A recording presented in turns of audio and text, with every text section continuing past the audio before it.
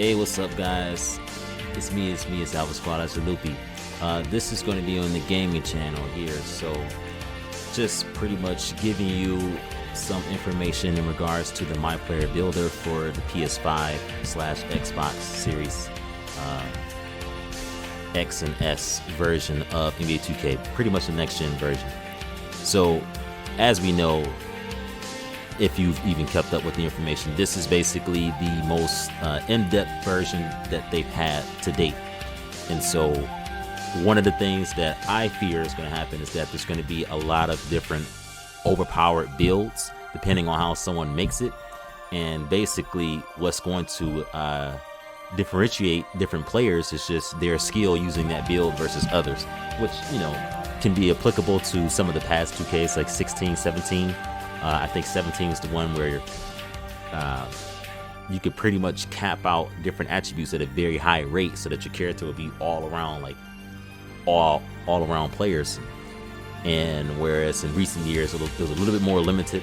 Last year the pie chart system was a good first step towards, you know, more customization. And then the really good thing was the ability to move your badges over whenever you wanted. That really changed things a lot, especially if you wanted to change your approach to the game on a game-by-game basis. So, with that being said, now with this system, you have a lot of options and a lot of flexibility. And realistically, it's been kind of difficult to do before, but I think you could ultimately make a Kevin Durant-esque build with a little bit more defense, more than likely applied to it as well. But I'm not entirely sure, but we'll get to that in a second. So I've already made my build. I tried it the first time, and then once I went back to see what would happen if I move some things around, I got another build that I think is going to actually be my point guard build for this year. He's still listed as a playmaking shot creator, but it's a little bit different than before. So I'm going to probably just show you an example of how to make that build, but just to kind of explain everything in general. So let's say you want to make a point guard, right? You know, you do all your good stuff, blah, blah, blah. Alpha Squad, as Loopy, you already know the deal. You already know the vibes. This is when things get interesting, okay? Now, pay attention.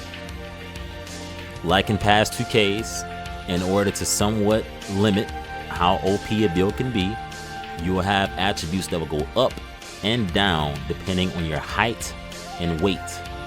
This year, you can make your point guard speed 6'8" if you wanted to. In the past, that was not a thing. I think the last time that was available was 2K18 or 17.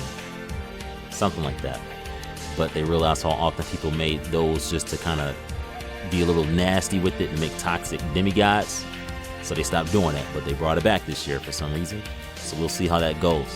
But as you can see, a lot of your stats over to the right goes down as you make your point guard higher. Now, if you change your position, that will change things. And it's going to also affect what badges you can get, which I'll explain in a moment.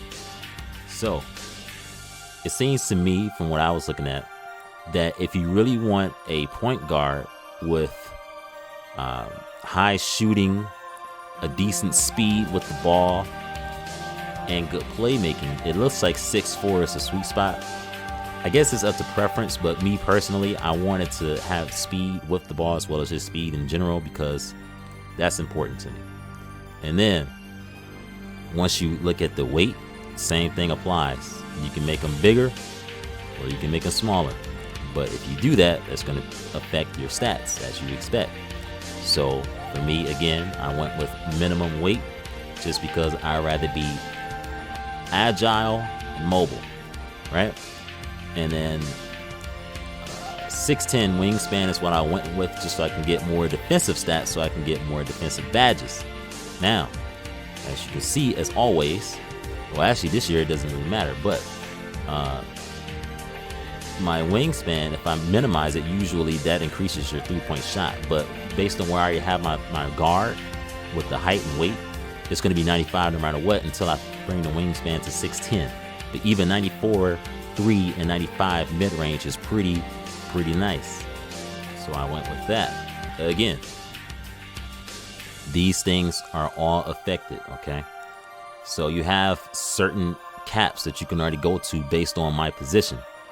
And if you have a PS5 and you hold R1, you will see what badges you can get and what badges you can't get based on a specific attribute. So if I hold R1 on steel, for example, you see that the main badges that affects is Interceptor, Pickpocket, and Heart Crusher, right?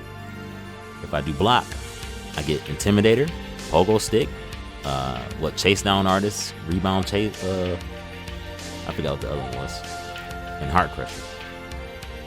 What is that? That's Rim Protector. Rim Protector. And Chase Down Artist, right, okay. So, this is when things gets interesting, right? So, what I did was, I wanted to see if I can get my driving dunk up to 85, so that way I can actually get contact dunks. My last year's playmaking shot creator couldn't do contact dunks. He could do some dunks in traffic, but not contact dunks. This year I wanted to see if I could do that, right? Now, I'm going to still be limited with how many badges I can get, but as you can see, I already have some badges that will be available to me, right? That wouldn't be if I didn't put the attributes a certain way. Now, another thing to pay attention to is the physicals. Some attributes that you increase is going to affect the attributes of other things. So, by putting up my driving dunk, my driving layup automatically went up, and my vertical automatically went up. So I didn't have to go to those and use attribute points on those per se, right? Now, I want to see if I can get more than one finishing badge because my point guard last year only had one finishing badge. So if I increase this a little bit, I get 2, and then I get 3. So I went with 3 just because I didn't have that before.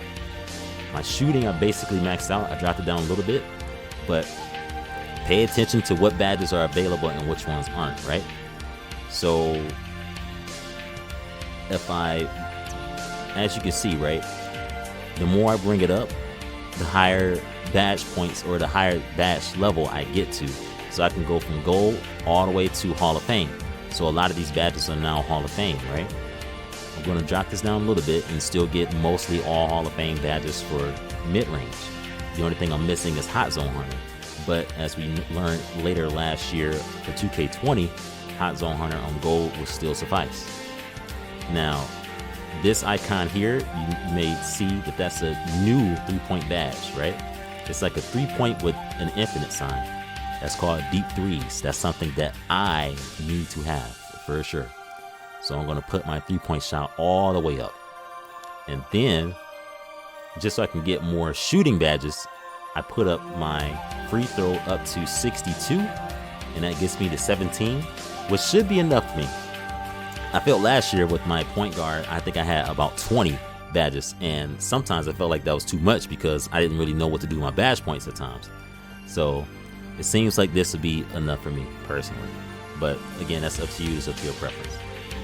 Continuing on, obviously is the point guard like myself that likes the ISO. I may not be an ISO god, but I can definitely break down my defenders in most situations unless I'm going against a good defender for the most part. So this is something that's important. So what I did here was I basically put my pass accuracy, ball handle, and speed with ball all the way up to see what will happen.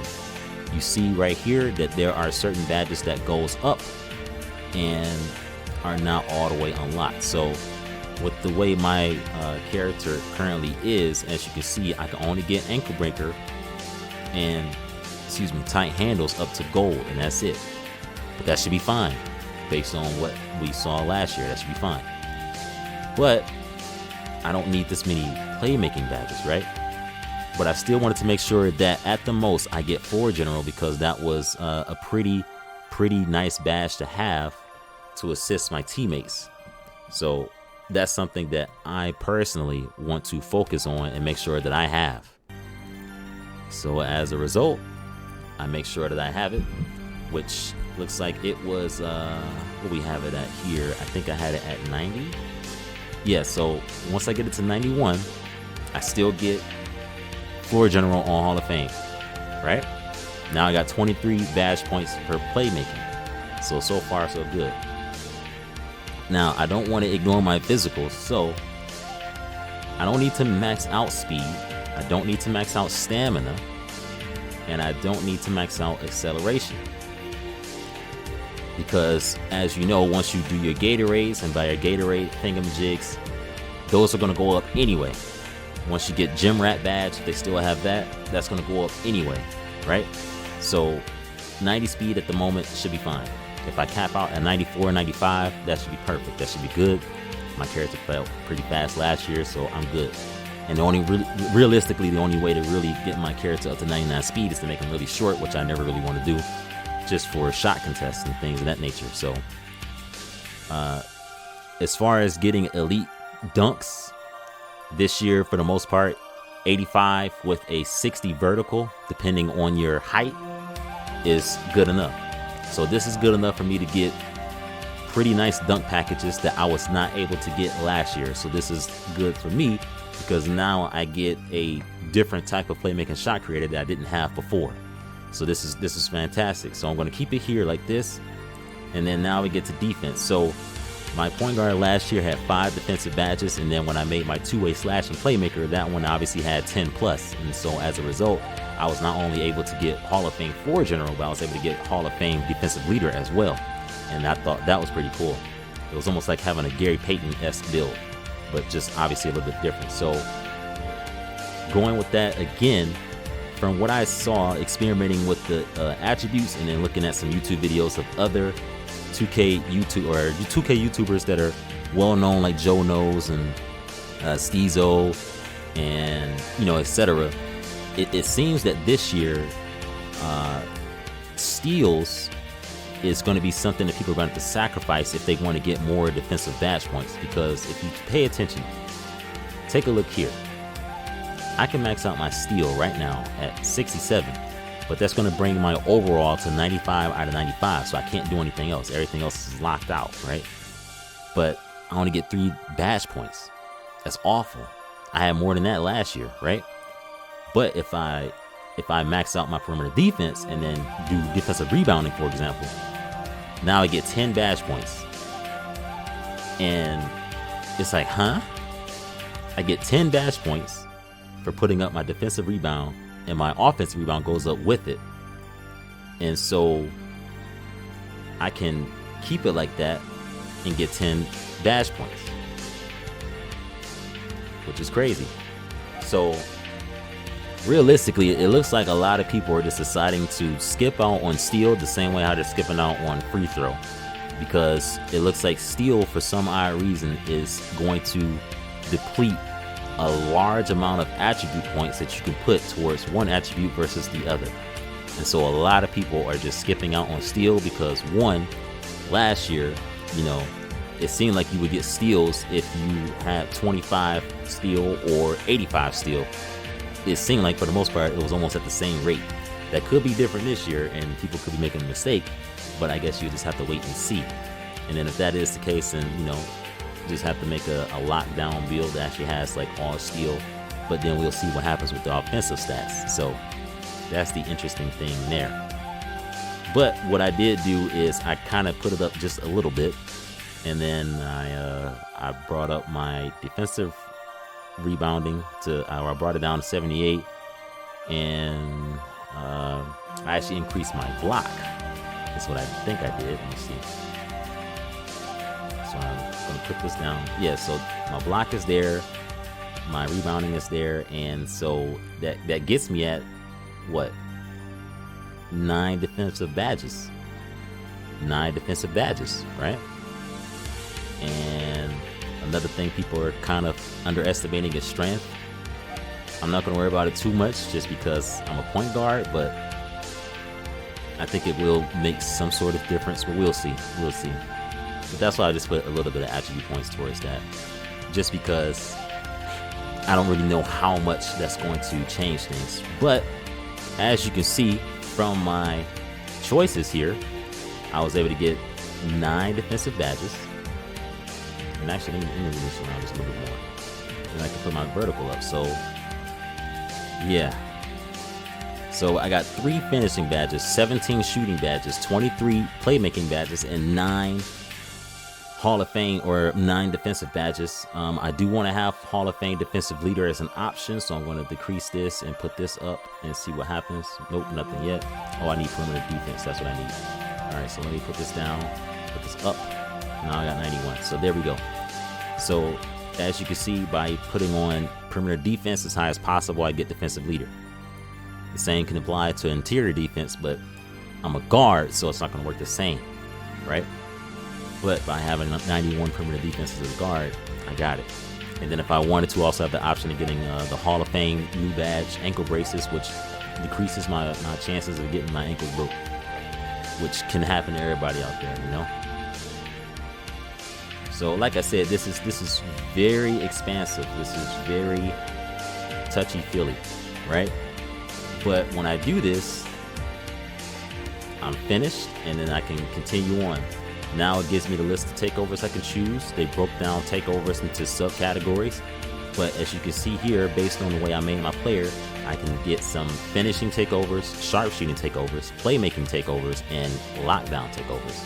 So what I went with was limitless range for my primary, and then extreme clamps for my secondary. The playmaking ones I did have an option to choose from is team ratings boost. Gives a large boost to your teammates' offensive abilities. Takeover boost, it boosts the progress of your teammates' takeovers. Badge boost, which may be OP in the future, but we'll see. Basically, that boosts someone's badge to the next level, I'm assuming, while your takeover is activated, and all that good stuff. My first playmaking shot creator I had made, based on the fact that it had less defensive badges, I had unlocked the shot creating takeovers, but I think this is going to be the one that I would be more interested in playing with, honestly. But once I get finished with that, as you can see, it comes up as playmaking shot creator. Shades of Damian Lillard, Steve Nash, and Malcolm Brogdon. So definitely interesting what the name comes up to be. It doesn't say two-way shot creator like I've been seeing a lot of people make. I was very surprised it actually gave me the name of playmaking shot creator, to be quite honest with you. So because of that, that may fool people into thinking that I'm an all offensive type that can just shoot but not much defense. I'm not sure. We'll see. But that is pretty much how that goes. So again, pay attention to your physicals when you're making your player. Pay attention to what attributes go up and down as you move each one, because like I said, certain things are going to affect the other thing. If I increase my speed with ball, it may not. Actually, let me go back just to give another example. So if I decrease my speed with ball, nothing happens, right? But if I decrease my ball handle, my speed with ball also comes down.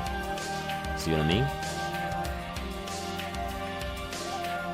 So that's just the way it goes. So make sure you pay attention to what you're doing. Ultimately, I think, like I said, that you may actually be able to make a Kevin Durant type build because of these options. So all in all, I'm looking forward to what builds people go out there and make, what things end up becoming the meta for the game. You know, what builds are very OP, which ones are kind of trash, etc., and then how each player is able to utilize the build that they made and how that translates to Pro-Am and the rec. I'm looking forward to all of it, honestly. So yeah, very excited for this year's 2K on Next Gen. I'm glad I decided to wait instead of getting it on current gen and then moving over to Next Gen. That would have been nasty, but nonetheless, I think we should have some fun. So hopefully this video helped you out. If it did, make sure you leave that like button. Hit the like button. If you are new to the channel, make sure you hit the subscribe button. Do subscribe to my main YouTube channel, Alvin Squad/Loopy TV. This is just kind of like a quick video to assist those that have not gotten the game yet, or that have but was having some trouble making builds. I'm not sure. And until next time, peace and bless. Big salute. I'm out.